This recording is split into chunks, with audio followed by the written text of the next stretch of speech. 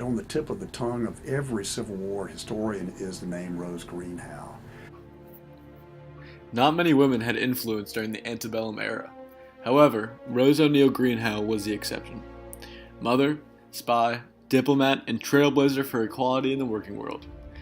Wild Rose Greenhow was the epitome of leadership and legacy. Rose O'Neal Greenhow was a prominent leader due to her actions as a Confederate spy, her promotion of the Confederate ideal of states' rights, and because of her embodiment of the role of women and women's rights after her influential role in the Confederacy's success in the First Battle of Bull Run.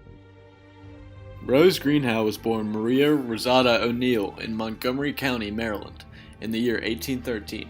She grew up in Washington, D.C., under the care of her aunt and uncle, who exposed her to a life in American politics through their boarding house in the old Capitol building. In 1835, she married Robert Greenhow, an accomplished doctor with whom she had 8 daughters. However, 5 died in their early life. Shortly after marrying her husband, she rose to prominence in the capital's plutocratic society, forming relationships with many affluential government officials, including the Senator John C. Calhoun from South Carolina. Unfortunately, in 1854, her husband died on a business trip to San Francisco, leaving her with the burdens of raising a family by herself. Just after the start of the Civil War, Rose used her social status, beauty, and charm to help form a spy ring in Washington during April of 1861. She supported Southern secession of the Confederate States of America, who were concerned with the violation of the rights of individual states, specifically the right to decide whether the institution of slavery was constitutional. The American Civil War began with the election of Abraham Lincoln on November 6, 1860. Lincoln, a former House representative from Illinois, had been very vocal in his opposition to individual states having the ability to determine whether they be free or enslaved.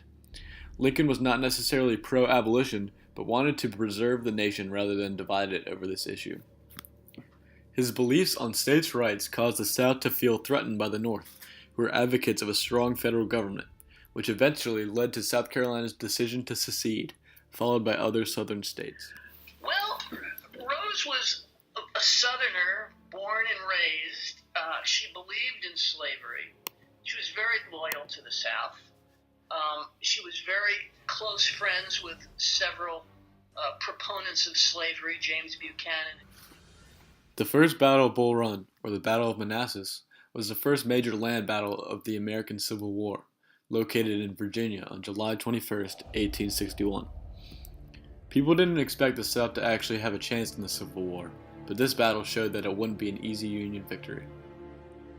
Greenhow passed secret messages to Confederate General P.G.T. Beauregard containing critical information regarding Union military movements using a cipher, leading to a Confederate victory. Rose was credited with the conquest by Beauregard and President Jefferson Davis. P.G.T. Beauregard was able to use that information and prepare his forces for the arrival of General Irvin McDowell's army in late July of 1861. Greenhow did not deliver the information personally. She was much more likely to get caught trying to go through the lines. So she had her slave, whose name was Betty Duval, deliver the information to the Confederate leadership. And clearly the information was about Union troop strength and proposed movements, the advance into Northern Virginia. Greenhow went to Europe on a diplomatic tour, attempting to gain foreign support for the Confederacy. She was sent on this mission to be an official courier by Jefferson Davis, the president of the Confederacy. While in Europe, Greenhow spread the word to wealthy individuals about the Confederate cause and to look for support while also publishing her memoir, My Imprisonment in the First Year of Abolition and Rule at Washington. By a lot of people, Alan Pinkerton, who was the detective who caught her at the direction of President Lincoln, knew that she was a smart, wily, and stubborn woman. And even after Lincoln put her under house arrest in the house that she lived in, which, as I say, was only 2 blocks from the White House, she continued to get messages out to the South. And even after he put her in jail on Capitol Hill, she got messages out. So the the spies who were on her side respected her for what she was doing, and her opponents, who she was hurting, like President Lincoln, couldn't stand her. In this book, she explained her experience in a national prison for 5 months, arrested for her role in the First Battle of Bull Run. The prison, ironically, was her family's old boarding house and the former site of the Capitol building. This book helped her to influence the British and French aristocrats into supporting the Confederacy and generated much sympathy for the South. Greenhow met with many high society individuals, including Napoleon III and Queen Victoria, and also got engaged to Granville Levison Gower, 2nd Earl Granville.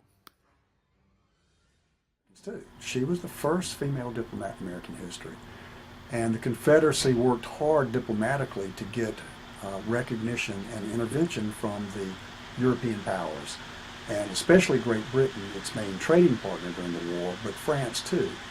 After her tour of Europe, her boat went from Nova Scotia to Bermuda to Wilmington on the Condor, a British blockade runner. Wilmington was the last Confederate port that was open that blockade runners could run in and bring cargo in and leave. They had to run an extensive blockade. But the significance of Wilmington was exactly that. That was the last Confederate port. While on the Cape Fear River, a Yankee ship pursued the Condor, causing it to run aground.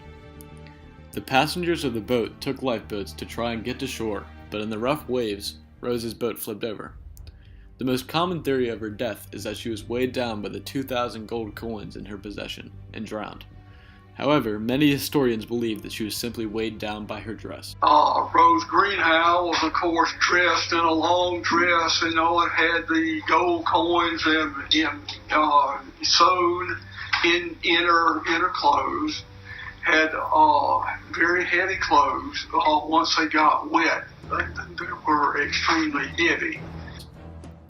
The next day, her body washed ashore, and she was given a hero's funeral. Wrapped in a Confederate flag, she was buried in Oakdale Cemetery in Wilmington, North Carolina on October 1st, 1864. She had one message, and that's that the South should prevail. And people knew exactly what she stood for.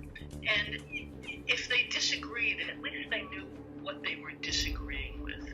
She was smart, she was strong, she defended herself well, and she charmed all of the men who came in contact with her. Women did not particularly like her. I think they envied her and they resented her. And the contributions that she made to the Confederate war effort, but also to Southern women and their cause during the war, sort of lives on in local history. Rose O'Neal Greenhow was an inspiration through the legacy she left for women to be able to act out against the social norm and become successful leaders in the spy workforce. Her influence as a woman, changing the preconceived outcome of the First Battle of Bull Run, showed how women could change the course of history and play a role in positions previously only available to men. Her legacy will forever leave a lasting impression on the history of the United States, the town of Wilmington, and the equality to be achieved by women in the future.